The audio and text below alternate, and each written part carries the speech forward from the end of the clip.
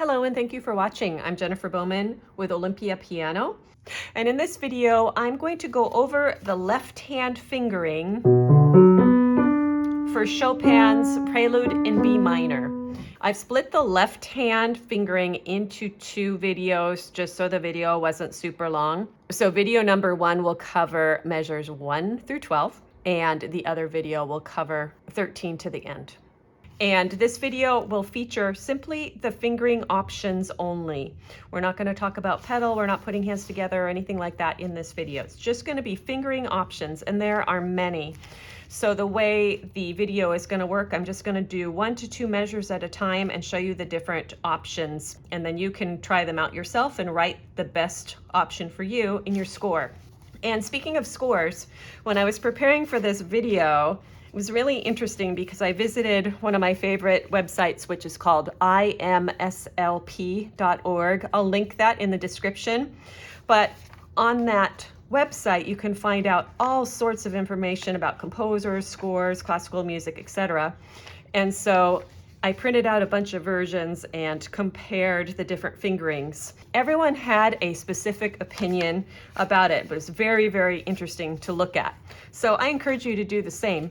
So now let's get started. The other thing I want to mention before the tutorial is I'm not going to be using any pedal in this tutorial. What we're going to strive to do is find the fingering in which you can create what's called a finger legato. So all of the notes are joined together with no gaps. So it's not going to be like this, but they're going to be joined together in a legato under the slur.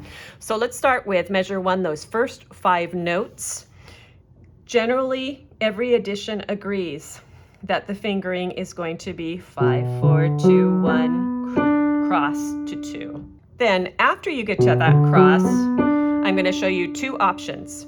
One option, you're going to keep your hand with the same angle as it is with the crossover. So that's that slightly an angle. Then you're going to play the fingers basically where they are. 3, 2, 4, and then you're going to do a finger switch on the 4. Now the other option, after you cross to 2, is to kind of shift your hand over a little bit and then play 3, 1, 3, 1. Or 3, 1, 2, 1. Either of those would work. So in measure 2, we have a finger switch, and that's why I mentioned the finger legato. So sometimes you have to keep the note down and switch your finger on it so you don't have a gap in the sound, and that's what we're going to do here. So if we ended on 4, we're just going to put the thumb, and notice where I'm putting the thumb. I'm not putting it way up here, I'm just putting it at the edge. 4 is kind of in the middle of the key. And then we're going to end with 2, 3, 4. Now if we end on 3, 1, 3, we're going to still use the 2, 3, 4. And even if we ended on 2, we would do the same one. So now measure 3, similar technique, however the notes aren't the same, so we're not going to have this 4th finger here. So we're going to have 5, 2, 1. And then a crossover for the next 2 notes. So the 16th note, you'll have a quick crossover in those. And you can do it 2 different ways. Way number 1 is crossing with finger 3, 5, 2, 1, 3, 2. Or you could cross 5, 2, 1, 4, 2. So you really have to see what feels better in your hand. For my hand, the 3 is definitely feels better, maybe because my hands are larger, but figure out which of those 2 works for you, and then you can continue. So regardless, we're going to have 2 on that F sharp, and then again, like we did before, we can keep our hand kind of at an angle and do 3, 2, 4, or we can switch around. So we have the 2, 3, 1, 2, or 2, 3, 1, 4.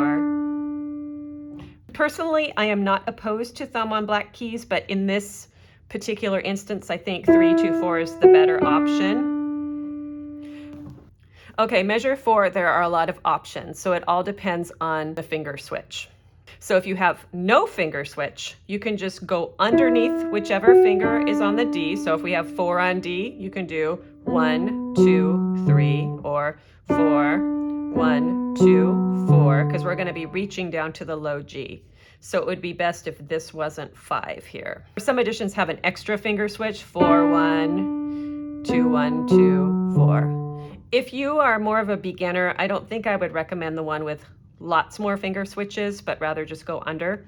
But if you're pretty advanced on the piano, the finger switches are okay. It's kind of like you're crawling. Okay, measure 5. Now we have a really big stretch for all these notes, this big spread out G major chord. So we can either do 5, 3, 1, 3, 1. We can do 5, 2, 1, 3, 1. We could do 5, 2, 1, 4, 2. So what you have to figure out, does your hand like finger 2 or finger 3 for that middle note? And do you like to cross over at an angle? Or do you like to cross over and kind of come back in? I think they both work pretty well, so just see what works for your hands. Once we get up here, now we have a bunch of options once again. These are going to be very much singing tones, so it's all about which fingers do you feel you could get the best singing tone with. So let's start with finger 1, and we're going to do 1, 2, 2, 3. 1, 2, 2, 3, and then cross under for 1. Or if we ended on 1, we could also do 1, 3, 2, 1. Seems a little bit weird, but it's actually pretty good because you keep the hand in the same position and then the thumb can come underneath. Or if we had a crossover to 2, starting that on 2, 2, 3, 2, 3, and then you could do 2, 3 again, or 2, 3, 1 underneath. So lots of different ways to do those 4 quarter notes. So now let's do the next portion, all the group of those 8th notes. And there's basically 2 ways to do the first part. So I'm just going to go up until to the B. Okay, so way number 1 is we've ended on 3 here on that E sharp. We're going to cross under E natural, 1, 2, 3, 1, 2, 3, 4, squeeze to 1. 1, 2, 3, 1, 2, 3, 4, 1. If we had the 2, 3, 2, 3, we could continue the 2, 3 kind of pattern, and we could do 2, 3, 4, 2, 1, 2, 4, 1. 2, 3, 4. Notice the angle of my hand. 2, 3, 4, 2, 1, 2, 4, 1. We could also do that same fingering if we had the 1, 3, 2, 1 fingering. 2, 3, 4, 2, 1, 2, 4, 1. Some editions also like 2, 4, 2, 1. I don't really like that. Now let's start on the B, beat 3 of measure 7. We can either do 1, 4, 3, 2, 1. Puts the thumb on the black key. This part, it doesn't really bother me. You could also do 1, 5, 4, 3, 2, or 1, 5, 3, 1, 2. So a few different ways. And then we're at the end of a slur. So we can just lift up and start the next phrase. So there's a couple ways we can do that. This is measure 8 going into measure 9.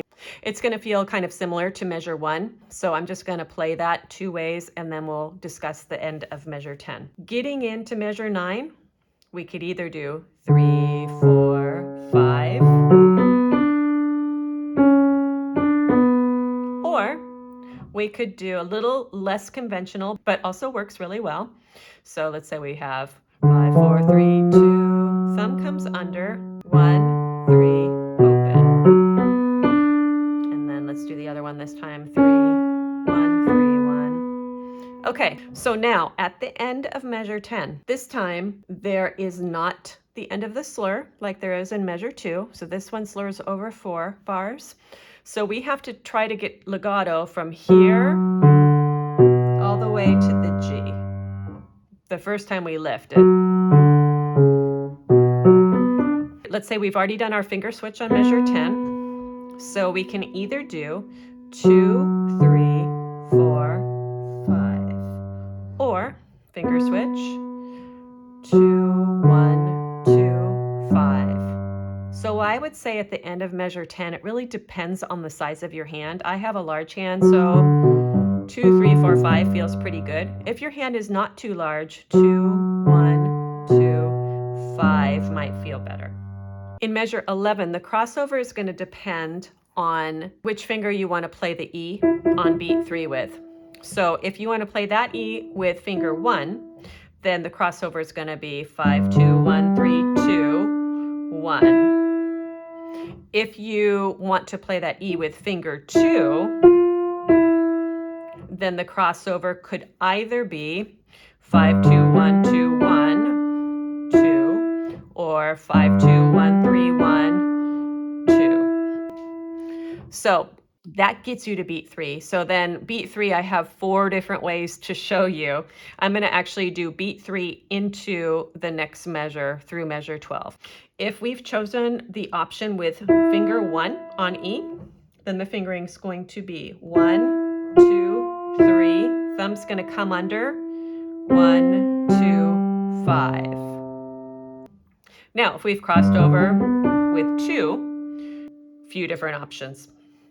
2, 1, 2, 1, 2, 1, 4, 5, or 2, 1, 5, lift.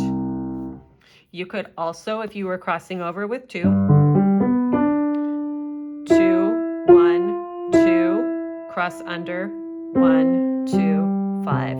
So there's a lot of different variables. And then the final one would be 5, 2, 1, 2, 1, or 5, 2, 1, 3, 1, 3, 2, 3.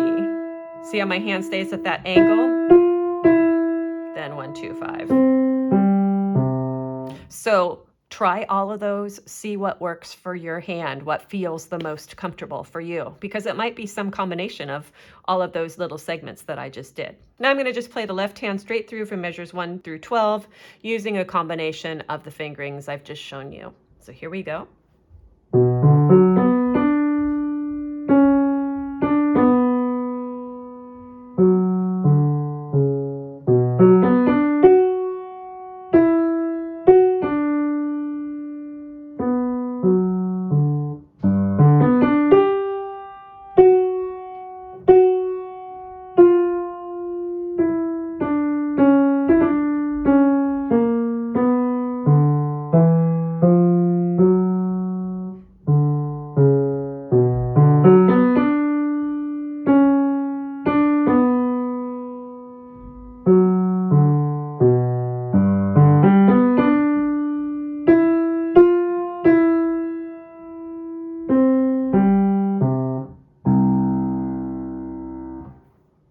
Thank you for watching this video on the first part of the left hand of Chopin's Prelude in B minor. I hope you found it helpful, and I will be posting the second half very soon, so be on the lookout for that. Please subscribe for more videos like this, and if you write to me in the comments, please let me know where you're from. I love hearing from people all over the world, and keep me posted on your piano playing. As always, thank you for watching.